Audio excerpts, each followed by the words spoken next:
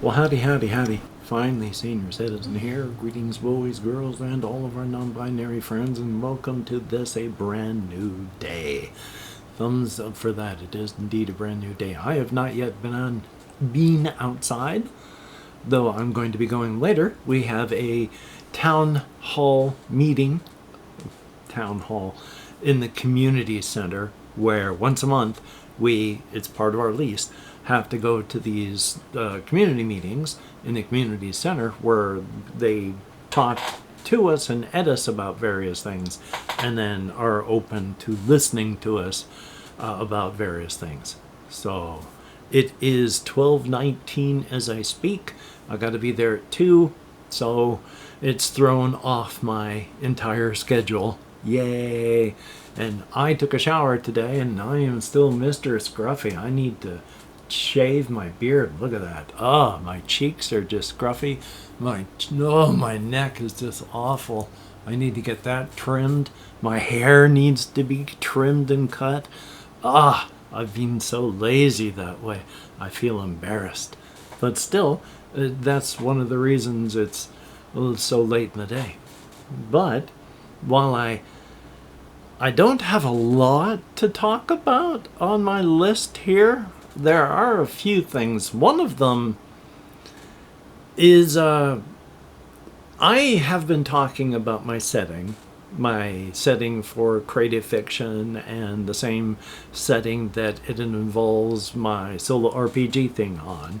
And I've gotten, of late, very few comments on it, positive or negative, which I don't know if I should continue, but of late, while I get one positive one now and again, for every positive one, I'll get 2 or 3 others saying things like, you need to go out and touch grass. It's like, well, okay, I'm talking about a creative setting for a creative writing stuff, and instead of being told, wow, that's good or that's bad, it's go out and touch grass. It's, okay, go out and tell each writer that, talking about their writing. Go burst into one of the writers' things where they're reading each other's materials and critique it, and then just tell them go out and touch grass. So I want to talk about my stuff, but I don't know if I should. I mean, like I say, for every positive comment saying, oh, nice, we've got characters, I've got 2 or 3 others telling me that I'm crazy and that I need to go out and talk to people. So that's fun, and, things don't usually bother me, but with my depression going on right now, things that wouldn't hurt me are. And so that's fun, which is joyous because as I talked with my therapist, there are several types of person I don't want to be. I don't want to be the person that obsesses over their mortality. I have seen people do that, and it's not fun for other people, and it's not fun for the person that's having it happen to. There is a lot of fear, and I've lived with fear because of my alcoholism, and I'm so deathly tired of being afraid. I don't want to do that. I don't want to be the person who's looking at mortality and going, oh my gosh. Unfortunately, though, part of getting older is that you ponder your mortality as the wall of oblivion gets closer. That's one of the natural things that happens as you get older. But I don't want to really obsess over that sort of thing. But there's the other type of people that I don't want to be. And already my severe ADHD is also causing problems with me right now. Because part of what I've got over here that isn't written down, but it was a part of stuff that I wanted to talk about, was the severe ADHD part. The fact, it had to do with the brain fog. Because I had a person that was saying, if you're using cannabis medicinally, that can cause brain fog. Well, yes, if you use cannabis heavily, it can use brain fog. It can cause brain fog. My tolerance for everything is so sky high, I don't really feel anything at all aside from pain relief. luckily. But even now, my intake is just like a tenth of what it was before I became homeless. You cannot have cannabis stuff on the facility here. You can use, they say, it is legal in your state. You know, we're not going to tell you you can't use something that's legal, but you can't have it physically on the facility.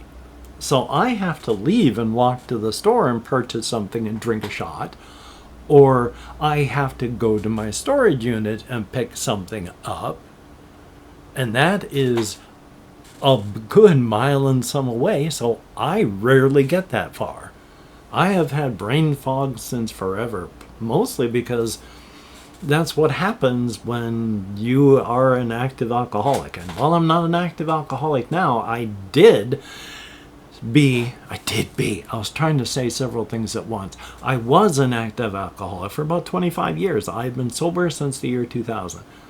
But I was an active alcoholic from, well, even before I was 15 years old. I suffered from SA as a child, and to deal with the pain of that, I was drinking young. I have dealt with brain fog from all of that since forever. And then, of course, dealing with the after effects of what I've done to my body. I've gotten better with the brain fog, but even this late in my life, there is still something called PAWS, post-acute withdrawal syndrome. Now, I don't have the acute part of it, but I still have the chronic part of it, where things can trigger and you will go back to, a kind of fogged out brain. Doesn't happen often, thank God, but it can happen. And I still have brain fog because of that. And then with my moderate to severe ADHD, I have such issues just concentrating on anything at all. And since I can't take medication for it, because I'm going to be taking blood pressure medication for the rest of my life, because I took Ritalin to treat my ADHD, and now my blood pressure is high enough that I need meds for it. So I've got untreatable ADHD. And let me tell you, I have a lot of forgetting because of that. And if you've ever watched my videos, you will have seen that happen. Real time, just as it happened a bit ago here. And as I've looked online and seen people post, this forgetting stuff and having brain fog like that is very common. So I am sorry that I do have brain fog. That is going to happen. Now the other thing, because of my depression that's going on, I have a very strong sense of rejection syndrome. Now, emotional pain runs along the same pathways in our brains as physical pain. So when you have physical pain or emotional pain, your brain really can't tell the difference. It only qualifies hurt. There are people that process rejection much more strongly through those emotional pain things, which are the same as the physical pain, and it processes it as physical pain much stronger. The only real way to deal with that is to try to build up armor through exposure. That can help. But who wants to wander face first into a buzzsaw just so that buzzsaws hurt less in the future? So, but I have to deal with that. And so that's fun. But I've been trying to deal with, in my own head, what I want to do with the channel, especially with the viewership just nosediving quite strongly over the past year and some, especially accelerating quite, recently. Now, I'm not blaming anybody out there. That's a me thing. I cannot pivot fast enough to do what YouTube wants. I do not have the equipment to look nicer or such like that. I don't have a team. I'm only me, and I don't understand people. I only know what makes me tick on a largely superficial level, but I know what to talk about and do that amuses me. But I have trouble reading other people. With my neurodivergence and my neurodiversity, I understand how people work on a mechanical textbook level. It's when people are out actually peopling, I don't understand that part. I don't know how to deal with people. I don't understand people. I tried fitting in all my life when I was younger, and it never really worked. And it was only late in life that I found out why. So I'm not a part of a team, and I don't understand people, and I can't pivot fast enough. Low on there is equipment and location. I mean, I'm an old guy who's this far away from being homeless, living in a place for otherwise homeless veterans. So I want to keep people entertained, and I don't want to just whine because I hate that myself. So, thumbs up. What else do I have up here that's maybe not that way? That's about it. The only other thing I've got to talk about is my characters, and with the rejection that I've had, talking about my setting and my characters and them being told, you need to go out and touch grass, because if you keep talking about this sort of stuff, people are going to put you in a nursing home. So I want to talk about my fiction and my characters and my settings, but that's the sort of feedback I've been getting. So I don't like walking face first into the buzzsaw. Today I can't really do that. I'm hoping to pivot quite strongly to start recording Chapter 2, Day 2 of Disco Elysium today.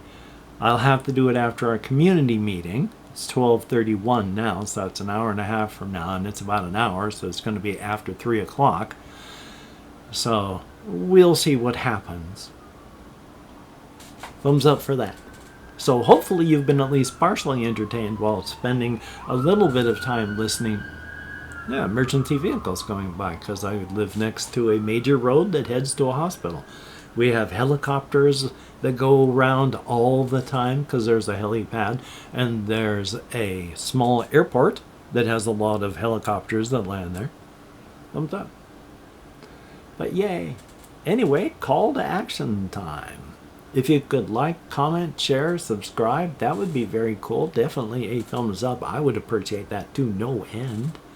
And if you're a patron, you are a beautiful and awesome person. Thank you so very much. You make my life easier, and I do appreciate that to no end.